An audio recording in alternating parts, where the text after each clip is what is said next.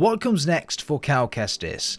This is probably a question on many people's mind, coming off the back of Jedi Survivor, and ultimately probably the reason why you've clicked on this video. We ultimately don't know for a fact what will happen to Cal and the rest of the group going forward. However, what I can tell you is, there is definitely going to be a third game. One, because how the second game ended, and two, look at how successful the first and the second game were. There's no way that this is it. Ultimately though, let me know your thoughts and opinions down below on what you think will happen next going into the third game, or do you think there's going to be some DLC for Jedi Survivor with Cal and the group? Whilst you're going down there, do consider also leaving a like on today's video. It would be very, very much appreciated. Subscribe for more content like this, story based around Star Wars Jedi Survivor and upcoming games as well coming out in the near future. We have a load coming out in May. The new Outlast as well, the new Zelda. There are plenty of things to look forward to, so be sure to stick around for that. But without further ado everyone, let's dive straight in. Cal has been on a long and tough journey. He's been tested the entirety of the way. From when he was a scrapper at the start of Fallen Order, to him being trained by his Jedi Master earlier on in his life. However, throughout his journey, especially through the likes of Fallen Order, Cal was on a journey not just to try and find out more about himself, but also to take down the Imperial Army and the Inquisitors.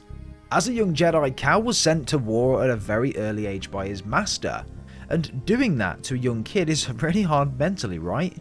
Cal shouldn't have been exposed to that so quickly and at such a young age, and as such a novice as being a Jedi, and should have had the opportunity to grow as a person and then go off into combat. This of course would have caused Cal to be very rash at times, always resulting to combat or fighting as and when there was an obstacle in his path. However, one day, a lady named Seer came into the mix, and a pilot named Grease. Seer initially in the game played the role as the saviour, the Jedi that survived the Purge and that had the knowledge of the Old Ones and really knew what being a Jedi was all about. Throughout the first game and Jedi Survivor throughout multiple flashbacks, we can see that Seer went on to have a significant impact on Cal's life and life choices. She would speak with Cal, give him light on situations, and explain them in a way that allows him to see an alternative route around it as opposed to just fighting through combat. And that was typically in the ways of using the Force to manipulate their enemies, move them out of the way, or other things like that. Now, story spoilers here, so skip ahead to the timestamp on screen if you don't want to hear about it. But when Cal was finally reunited with Seer in Jedi Survivor, you could see there was some relief in Cal's face. When you break away from someone that you care about and it didn't really end on good terms, it's difficult to take and to come to terms with it until you face it full on. But when they reunited, it filled Cal with the happiness and the relief almost that we'd seen in the first game at times. Even more fitting when Seer agreed to take the Hidden Path and the Archive to Tanalorr with Cal and the group. But the most important aspect of this was when Seer died. Cal was devastated, absolutely distraught, as he held Seer in his arms as she passed away on the floor after a battle with Darth Vader. What we need to all remember here is that Cal was running for so long during the Purge, even taking the job as a scrapper, meeting people along the way, and them dying as a result of him just being a Jedi. And when he finally found this group, these people, Grease, Marin, and Seer, it was like a family, something that Cal had never experienced or had that connection with growing up. Ultimately, Cal grew up without a mother or a father figure, so Seer acted a lot like that mother figure that Cal never had, directing him, giving him pointers, criticising him, but it all worked in his favour. But now Seer's gone. Cal is all on his own, but he does have the knowledge of everything that Seer taught him. Cal at the end of the game was seen standing over the burning bodies of Cordova, Seer, and Bode. When the camera pans around though, there is Seer standing right next to him.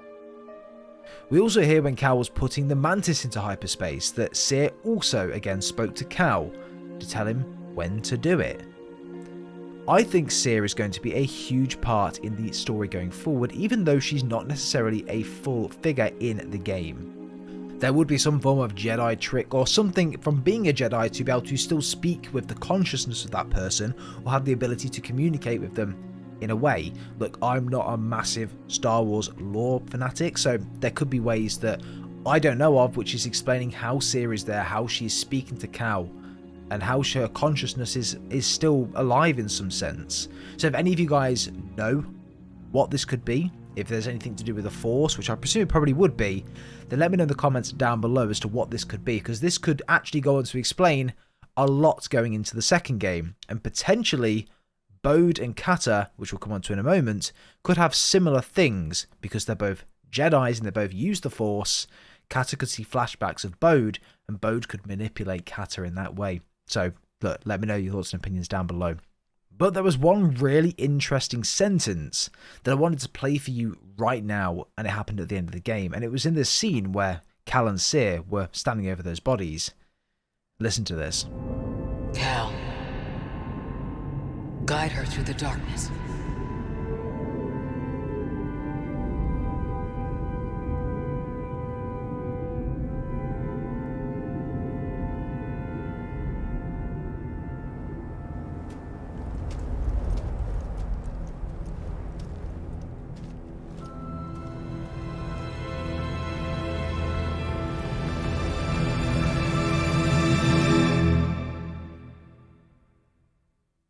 Cal, guide her through the darkness.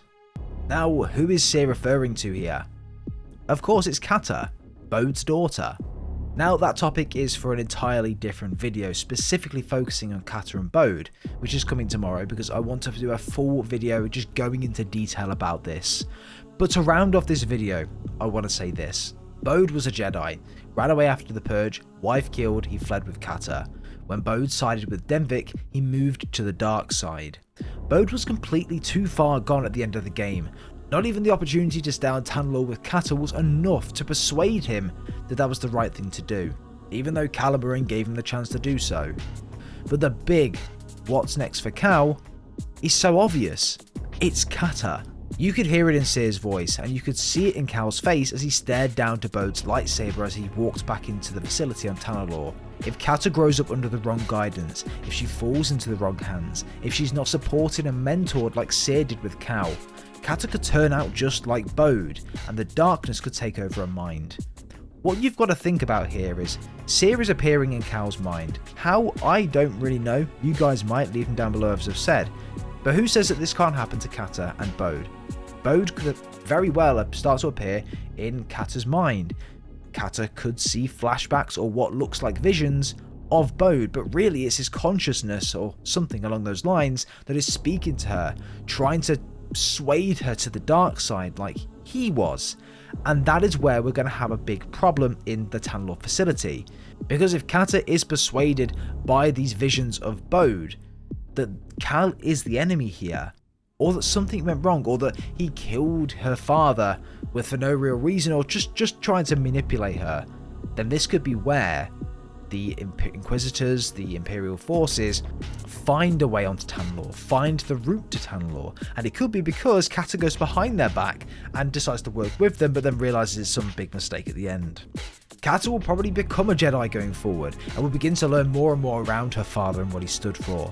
And I think this is going to be a huge plot point going into the next game. Not just Cal and the group's fight against the Inquisitors, the Imperial Army, and all of those sorts of things. I think Kata could be that catalyst, really, that make or breaks it. There was a lot of emphasis put on Kata by Cere at the end of the game, and that's what makes me think that this is a really important thing going into the next game. If Kata wasn't a big part, or if she was just going to be thrown as a side character going into the third game, I do not think they would have put such an emphasis on guiding her away from the darkness, and then Cal looking down at this lightsaber which is buried in the sand, which I also think that Kata will find and potentially use going forward if she does defy Cal, if she does go to the dark side, if these visions of Bode, if this is what's going to happen, were too believable to her. And that's where Bode tells her of the location of his lightsaber, and that's where it goes to hell.